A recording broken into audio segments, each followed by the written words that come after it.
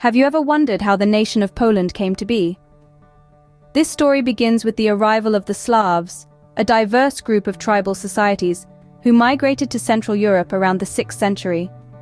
Over time, these tribes coalesced, forming distinct cultural and political entities. Among them were the Polans, whose name, meaning people of the fields, would ultimately give us the word Poland. In the 10th century, a leader emerged among the Polans, a chieftain named Mieszko. Mieszko I was a strategic and diplomatic ruler who expanded his territory and fostered alliances through marriage. His reign marked the establishment of the Piast dynasty, setting the stage for the Kingdom of Poland. In the year 1025, Mieszko's son, Boleslaw the Brave, achieved a significant milestone. He was crowned the first king of Poland, a recognition of the country's growing political and military might. Now that we have a foundation, let's dive into the rich tapestry of Polish history. Imagine a time when Poland was one of the most powerful nations in Europe.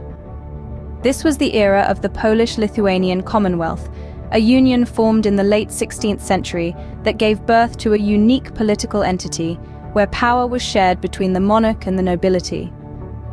At its zenith, the Commonwealth was a beacon of democracy and religious tolerance. The Warsaw Confederation of 1573, a groundbreaking document, formally ensured freedom of religion for all citizens, a rare achievement in an age where religious conflict was the norm in Europe. Poland's power extended beyond its political influence. This was a time of unprecedented cultural and intellectual growth, a true golden age. Polish was established as the official language, and the Polish alphabet was standardized. The period saw the flourishing of literature, arts, and sciences, with the likes of astronomer Johannes Hevelius and poet Jan Kochanowski making significant contributions. However, in the midst of this golden age, Poland faced a significant challenge: the deluge. This period of numerous wars in the mid-17th century left the Commonwealth in a precarious situation. Despite the devastation, the resilience of the Polish people shone through, and the Commonwealth managed to survive, albeit weakened. The deluge marked a turning point. The Commonwealth began to struggle under the weight of internal conflicts and external pressures. The once powerful nation found it increasingly difficult to maintain its influence and stability. Yet, it was during this period that the spirit of the Polish people was truly tested and proven. The Golden Age of Poland was a period of great cultural growth and political influence, but it wasn't to last. This era, while marked by challenges, stands as a testament to Poland's strength and resilience, qualities that continue to shape the nation's identity today. Despite the trials that lay ahead, the echoes of this golden age can still be heard in the vibrant culture, rich history, and enduring spirit of Poland. Can a country disappear from the map? It happened to Poland. Imagine a thriving nation, split into three by powerful neighbors. That's the story of Poland in the late 18th century. The first partition occurred in 1772, when Russia, Prussia, and Austria carved out significant territories. Yet Poland survived, albeit weakened. But the partitions didn't stop there. In 1793, Russia and Prussia struck again, further diminishing Poland's size. Then, in 1795, the third and final partition happened. Russia, Prussia, and Austria divided the remaining Polish territory among themselves, effectively erasing Poland from the world map. For 123 years, the Polish state ceased to exist. But the Polish people, they never gave up. They kept their language, their culture, their identity alive, nurturing the flame of national spirit through generations. The partitions of Poland mark a dark chapter in the nation's history, but they also reveal a resilience that's uniquely Polish. Despite this dark period, the spirit of Poland was far from extinguished. Poland regained independence, only to face its darkest hour. In the wake of World War I, the Second Polish Republic was born, marking the end of 123 years of partitions. The interwar period was a time of relative peace, but also of political, economic, and social challenges as the country grappled with its newfound freedom.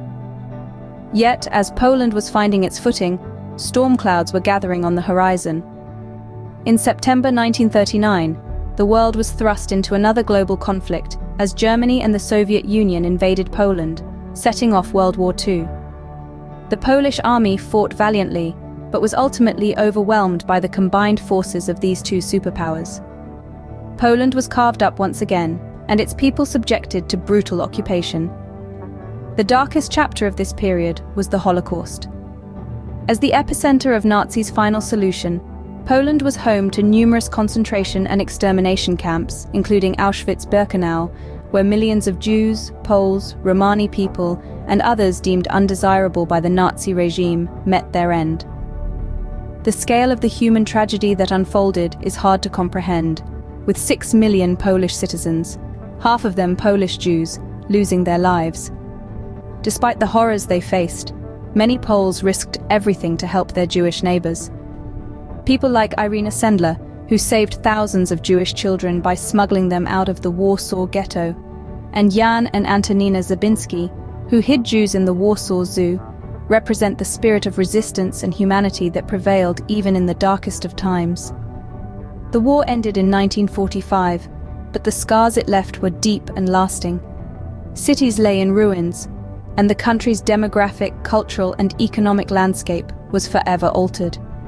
Yet, through the devastation, the indomitable spirit of the Polish people shone through. Despite unimaginable loss, they began the arduous task of rebuilding their shattered nation. World War II left Poland devastated, but the Polish people would rise from the ashes. In the aftermath of World War II, Poland found itself under a new form of control.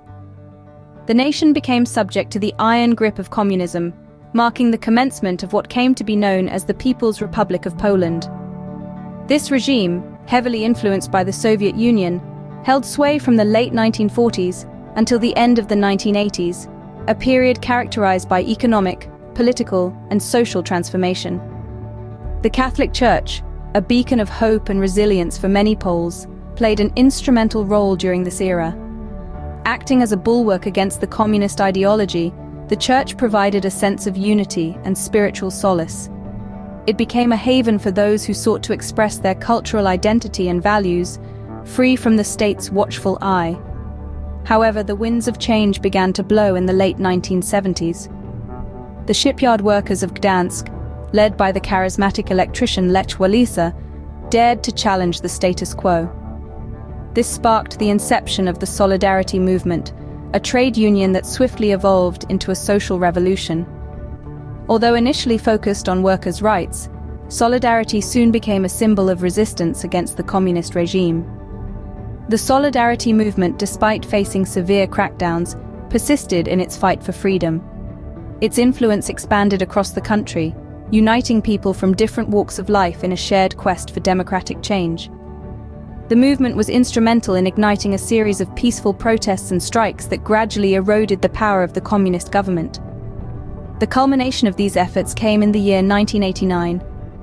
The roundtable talks between the government and Solidarity led to semi-free elections, a significant victory for the movement. This marked the beginning of the end for communist rule in Poland, setting the stage for a transition towards democracy. The Solidarity movement played a key role in ending communist rule in Poland.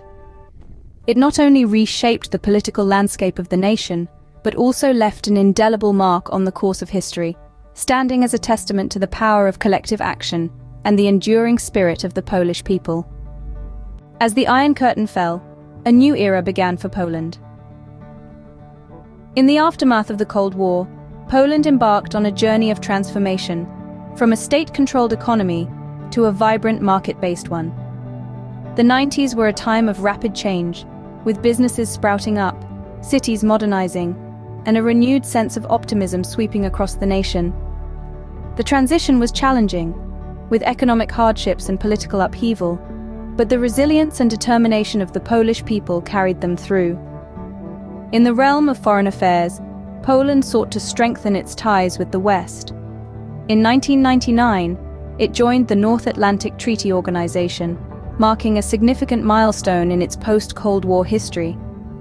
This was followed by another significant achievement in 2004, when Poland became a member of the European Union, ushering in a new era of economic growth and integration with its European neighbors. Poland's role in modern Europe cannot be understated. It is not just an economic powerhouse in Central and Eastern Europe, but also a key player in the region's security and political landscape. Its strategic location, robust economy, and commitment to democratic values make it a crucial ally in the European Union and NATO. But beyond its political and economic achievements, modern Poland is a vibrant nation that has preserved its rich cultural heritage while embracing change. Its cities are a blend of historic landmarks and modern architecture. Its art scene is thriving, and its culinary traditions are enjoyed by food lovers worldwide. Poland's journey from a war-torn nation to a thriving democracy is a remarkable tale of resilience. It has faced numerous challenges along the way, but each time it has emerged stronger, driven by the unyielding spirit of its people. The transformation of Poland is not just a story of economic and political change, but also a testament to human resilience and the power of hope. Today, Poland stands as a testament to the resilience and determination of its people.